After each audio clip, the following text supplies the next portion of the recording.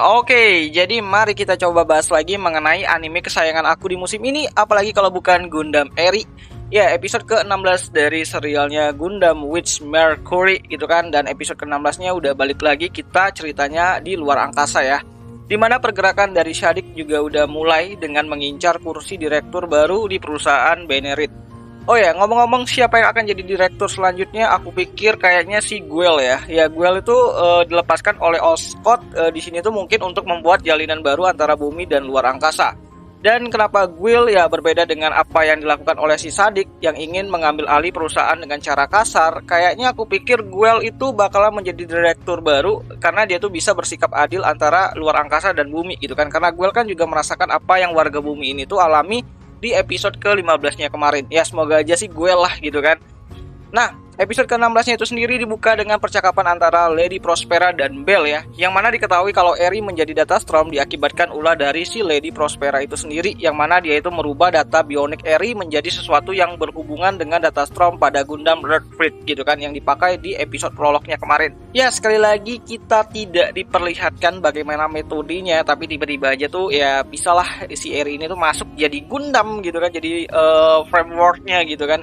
Namun yang pasti saat ini tuh Eri tidak bisa keluar ya dari bentuk Gundamnya, karena jika dia keluar dia mungkin bakalan hilang atau mungkin dalam artiannya tuh mati gitu kan.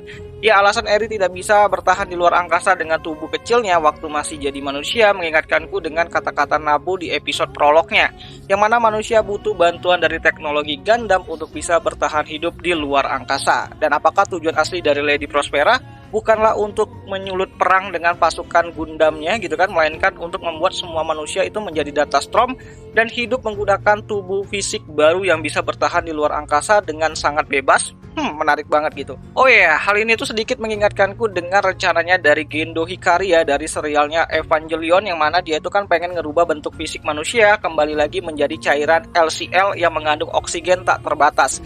Dan jika itu benar, maka manusia akan dirubah ke dalam bentuk data storm oleh si Lady Prospera seperti cairan LCL versinya Gundam Mercury gitu kan, dan bisa hidup abadi tanpa harus mengalami kehilangan ataupun kematian. Dan apakah dengan teknologi tersebut itu bisa membuat Deling Rembrandt kembali lagi bisa bertemu dengan mantan istrinya yang sudah meninggal? Menarik banget gitu kan. Karena apakah alasan sebenarnya dari si Deling ini tuh setuju dengan rencana Prospera dalam Project 120 itu adalah untuk bisa ketemu lagi sama sang istri yang dia cintai? Ini kayak apa ya, sesuatu yang cukup melankolis tapi gelap juga gitu kan. Karena memang kalau tujuannya si Lady Prospera itu cuman buat bunuh Deling, ya sejak awal dia hanya perlu menyerang akademi dengan Gundam-Gundam miliknya gitu kan. Toh ada Ariel juga yang sampai saat ini tuh masih belum terkalahkan gitu kan. Masih OP parah itu si Ariel gitu. Nah, ngomong-ngomong soal Ariel yang tidak bisa lagi digunakan sama orang lain ya selain si Suleta, hal ini tuh karena memang Ariel ini tuh setelah membangkitkan data storm yang berwarna biru saat melawan Sadik gitu kan di season satunya, Ariel ini tuh dibawa untuk diperbaiki dan di-upgrade gitu kan. Dan aku curiga Lady Prospera melakukan sesuatu terhadap si Ariel pada saat itu gitu kan, mengingat sebelum hal itu terjadi, Elan nomor 4 itu memakai Ariel dengan sangat leluasa.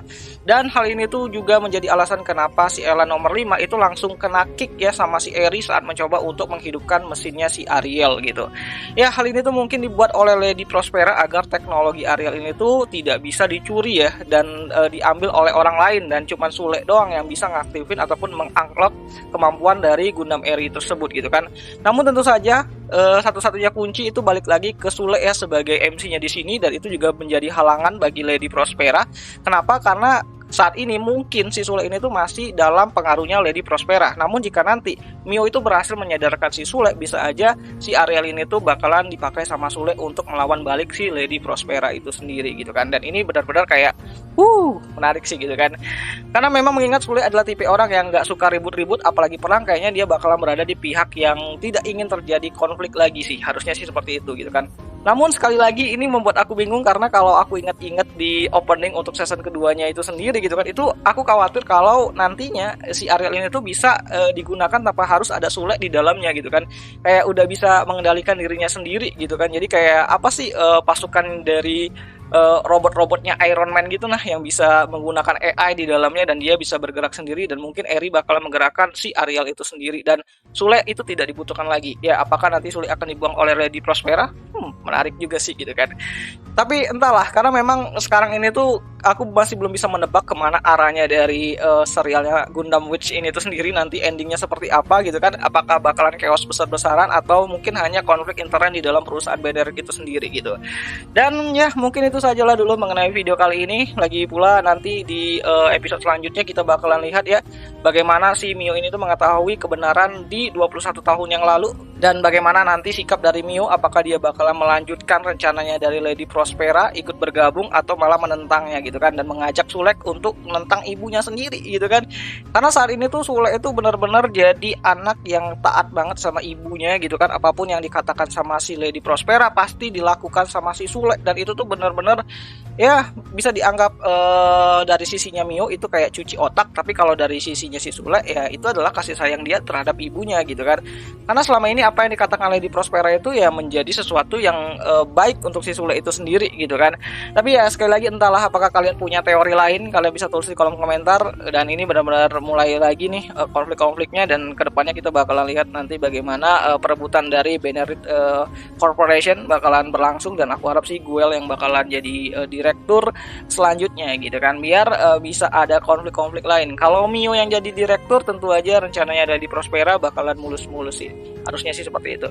Dan ya itu sajalah dulu mengenai video kali ini, karena aku nggak mau ngebahas si pengkhianat Nika ya, yang sampai saat ini tuh sikapnya tuh masih labil banget gitu kan, pengen jadi jembatan antara bumi dan luar angkasa, namun menyebabkan banyak banget korban jiwa yang berjatuhan gitu. So akhir kata itu sajalah dulu mengenai video kali ini, dan seperti biasa Prospera bangsat kau.